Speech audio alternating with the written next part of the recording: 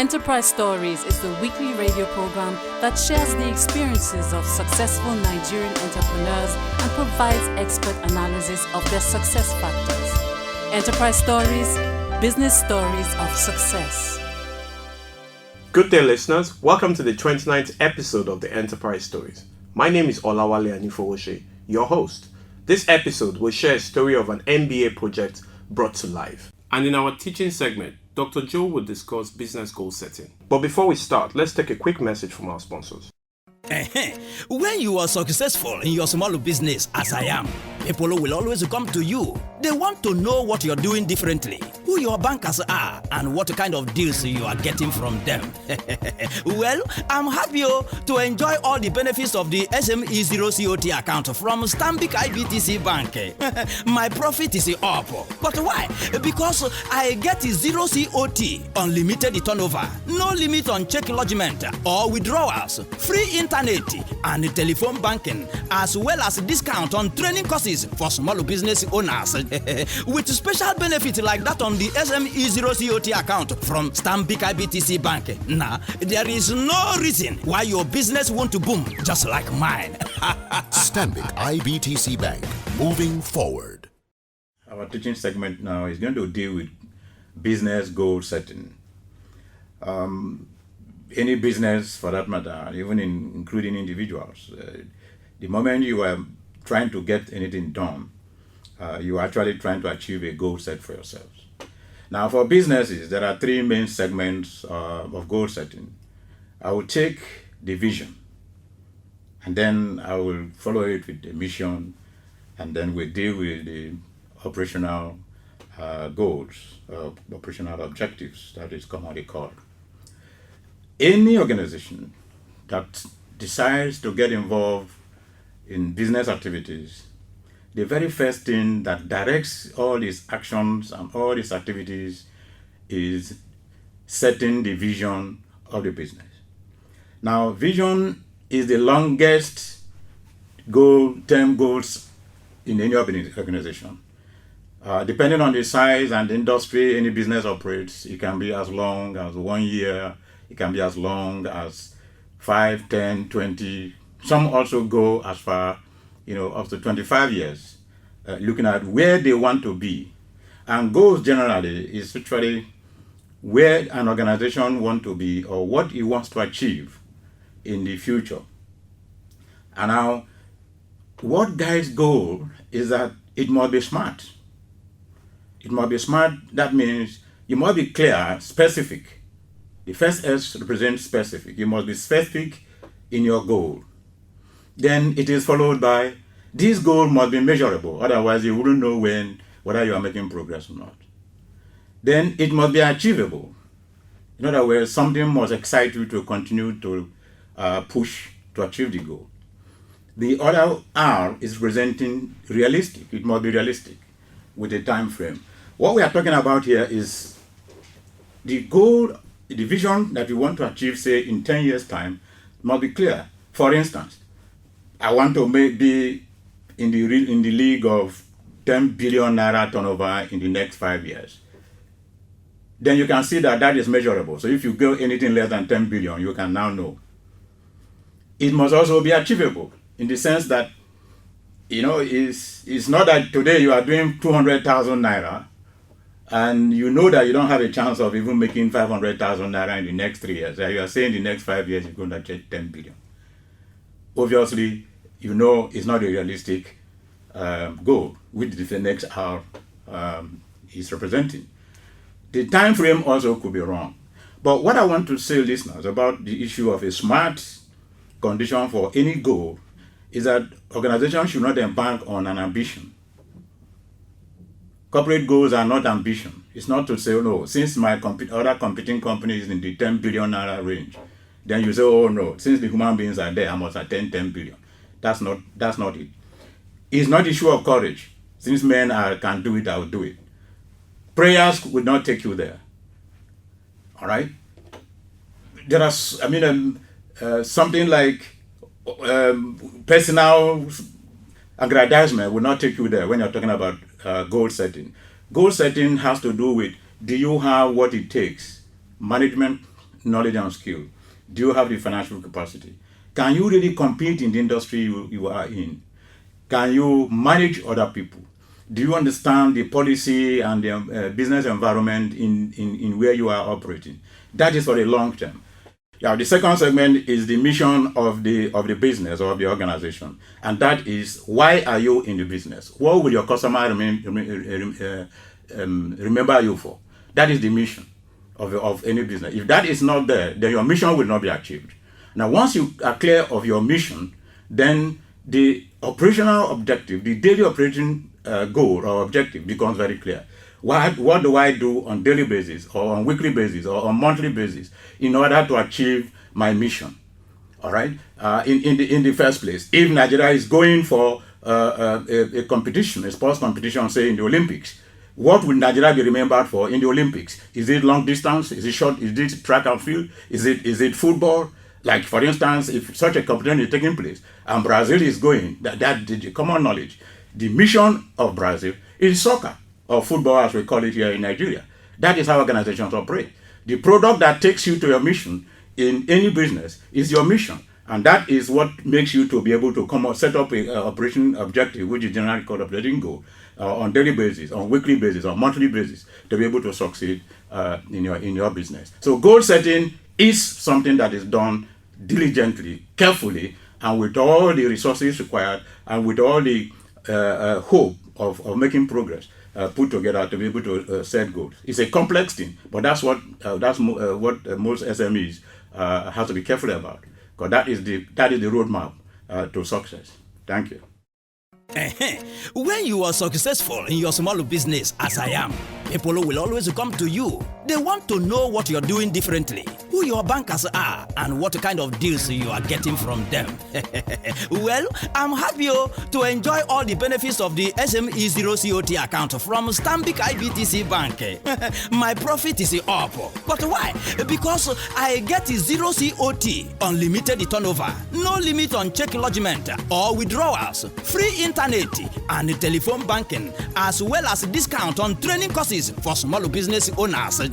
With special benefits like that on the SME Zero COT account from Stanbic IBTC Bank. Now, there is no reason why your business won't boom just like mine. Stanbic IBTC Bank, moving forward. Welcome, listeners, to the Story of the Day segment. In the studio with us today is Dr. M.K.O Balogun, the MD of WSP FMC Nigeria Limited. Dr. Balogun, you're welcome to Enterprise Stories. Thank you very much. It's my pleasure to be here. Okay, very, very quickly. I'm very interested. I used to know you as Dome Facilities Limited, but now you're WSP. What has changed? As a company, when we started 2007, our dream was not to be a local company. Our dream is to be an international big organization. The business we run is a service business, and in service business, competence, capacity, just like Doctor mentioned, is very important. Capacity for what you're able to deliver to the client is what customers are looking for. And in an industry that is not the Nigerian industry, WSP Facilities started over 30 years in the US and Europe and America. In Nigeria, we're probably about 10 years down the line. And for us to grow as a business, we need to integrate ourselves with companies who have been in the industry for so long, who understand the industry, who are one of the best in the world. And when we started, that was at the back of our mind, that we'll start the business, and as we go along, developing ourselves, establishing ourselves locally, we'll look for partners that we'll work with. And in 2012, February, we merged with WSP FMC Nigeria. WSP FMC Nigeria has been in Nigeria as the first FM company in Nigeria, 2000.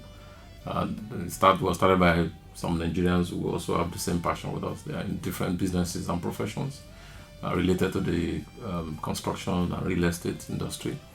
And 4 years down the line, they brought in WSP to Nigeria to partner with them. And so in 2012, we also joined to build one of the biggest FM companies in Africa, not only in Nigeria. Okay, that's very interesting. You also told me off air that by the end of the month, your name is going to change again. But I'm not going to dive into that now. I would like to take you back a few years. When you were still Dome Facilities, how did it all start? Where did they start from? Well, very interesting. I did my MBA at Lagos Business School. My final year project was to set up a facilities management company. And during the course of the project, my colleagues and myself decided right from day one that at the end of the project, at the end of the course of our program, we're actually going to bring the company to life. Rather than just submit a project and go home, we're going to make it a live company, a live business. We finished in 2006, and in September 2007, we incorporated Dome Facilities Management Company, including two of my ex-colleagues at the MBA, who are project partners, supported very well by one cost advisor, Dr. Doyin Salami, up to now. Even right from day one, we mentioned to him that this was our dream to not just do a project and walk away, and right all through, it's been always been supportive. So that's the beginning of our story. Okay. We started in 2007. We registered. I was working with UBA then. Shortly after starting the company, 5 months down the line, I left UBA with the intention of starting fully. I got another job, which I had to go and run for another year, where the company was running by the side. I volunteered out of the 4 of us that started to run the business fully. The others are involved in other businesses. One person is in oil and gas, the other person is in banking, while the other person is an engineer. But the reason why 4 of us came together was that we have different competencies that we can bring to bear into the business. And it's been worth the while. It's been interesting. It was difficult at the beginning, starting a business in an industry that there are very few people who understand exactly what you do. Part of our greatest challenge as a business starting were two. One was that our clients, most of our clients, especially except the multinationals, do not understand exactly what we're talking about. The second is that the ability to find the right people to work with you was also a major challenge. And, we were able to address the two. One, we instituted a training program in the company where we train and develop young people. The second is that we started talking to customers at every opportunity that we have. I had the session at ABS Alumni. We organized the first facility management exhibition in Africa, in West Africa, by the way, in 2010, where we created awareness, a 3 days program in partnership with some of our friends. 3 days awareness program, lectures and seminars on facilities, bringing people from both outside Nigeria and in Nigeria to talk to people about FM. So that's our short story. Okay, anyone listening to you right now would be thinking that I can just get up and go and do this. In as much as it's possible to get up and do it, I would like you to share some of the experiences you've had in terms of challenges with the audience and how you've been able to turn these challenges into opportunity. I'll classify them as two types. There are personal, there are business. Every entrepreneur needs to be ready. That's the personal. You have to be ready to face the challenges of running your own business when you're not sure where you're going to be. You're going to get customers, you're going to be paid, and you're going to survive. So that's important. You must be ready. Second, which is business. As I said, 2 basic challenges: getting customers to understand what we offer, 2, getting people to employ, and we're able to deal with them. For us, my first year as a business was a major lesson. I ran the business and I had a lot of people employed, give them all the opportunities, delegated, but I was finding the gap. There was always that gap that these guys were not living up to the expectation. And I saw my staff turnover increasing because I'm very impatient, unfortunately. When people don't live up, I don't waste time. But on the second thought, I asked myself, I'm being unfair to these guys. Do they really have what it takes to deliver what I want to deliver? And the best I can do for them is to develop them. And that's where we started internship program in the company, and get young people. We started with 3 people. One of them is abroad now. The other person stayed in the company for a long time before he left. And every time we get 3 young people, I train them, expose them to all the process of the business, send them on attachment to one of our locations to learn real practical facilities management. Then we engage them after 6 months. And that's been very, very good. The second thing we did on capacity development is that I volunteered at the University of Lagos as a lecturer when they started the Masters in Facilities Management program 4 years ago. And that has also paid off because in every class I have students that I can employ because they've been trained. I can bring them to the business and continue training, and it's been wonderful. Wow. I said earlier also that we've done, for us, creating awareness. When the clients don't understand what you do, it is to let them know. We had the idea of starting a magazine when we started. The second was for us to start to do an exhibition and seminar, which we did in 2010. We were reported nationwide. We had lecturers from Dubai, from South Africa, and a couple of Nigerians were very good. We got people from government startup to also come and speak to us. And those are the things we've done to break the barriers. Yes. For us, there are things that you must face and you must live on to do. And the newsletter is still ongoing right now.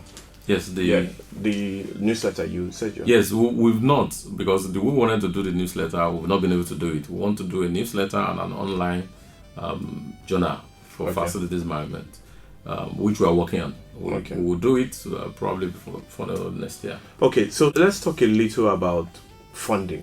How has funding been for you? Has it been a challenge for starting up or for expansion? How has it been? Funding in our business, clients don't pay upfront because it's service. People want to see what we've done before they even say they want to start. The second challenge is that you find clients, even when you have rendered the service, to get your payments becomes a challenge. We had initial issues with funding, and basically just for us to run, because our jobs are, we can get a project, a fast management project, we're expected to deploy staffs and get materials and equipment. You need funds to do that. Most times you don't get funds from customers. Second is that if you're unfortunate to start a project and you don't get paid on time, you may run the project for 2 months with your own funds before the client start releasing funds. So those two, we had issues at the beginning, but eventually we're able to. We're not taking any loan from any bank since we started. We look for, at that time, at the beginning, we were looking for invoice discounting. We had too many conditions, so we jettisoned it. But what we've done is to work with our suppliers and ensure that we're able to meet the demands and requirements of the clients. Okay. We've been talking about facilities management. And for a lot of people, they wonder, when you say facilities management, what specifically in terms of service to your customers are you doing in the area of facilities management? Okay, let me use one stone to kill two birds. I've done this a couple of times on radio and TV and newspaper, educate people about facility management. Facility management is basically ensuring that everything you have in a building, you have on the road, every infrastructure functions from the day they were installed to the what you call their useful life. Every equipment has a useful life. The building has a useful life. Air conditioning has a useful life. So the job of a facility manager is to ensure that you run those equipments properly, service and maintain them when they need, repair them where they is required, and make sure that they run. We also worry about security. We worry about safety in buildings and infrastructures. So that's basically facility management. Facility managers work in hospitals, in stadiums, in government institutions, National Assembly, private companies, banks, residential apartments, a couple of estates all over the place. Facility managers are there. They're the people that worry about ensuring that you have water, ensuring that the generator is serviced, and that's what we do as facility managers.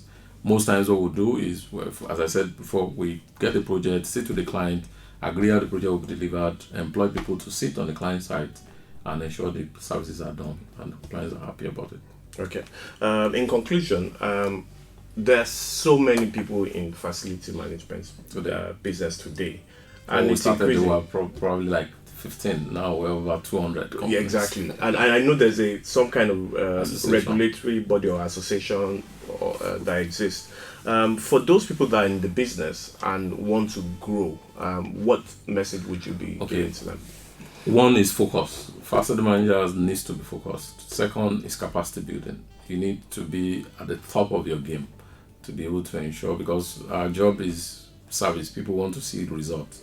People don't want to hear stories. You don't want somebody to wake up in the morning, he doesn't have water on his tap to take his bath. He will not hear any story. Or he comes out from work, there's no light in his apartment. That story. Or he comes to the office in the morning, the office is dirty. He's not going to listen to a story. You have to be on top of your game, and you have to be thorough with what you do.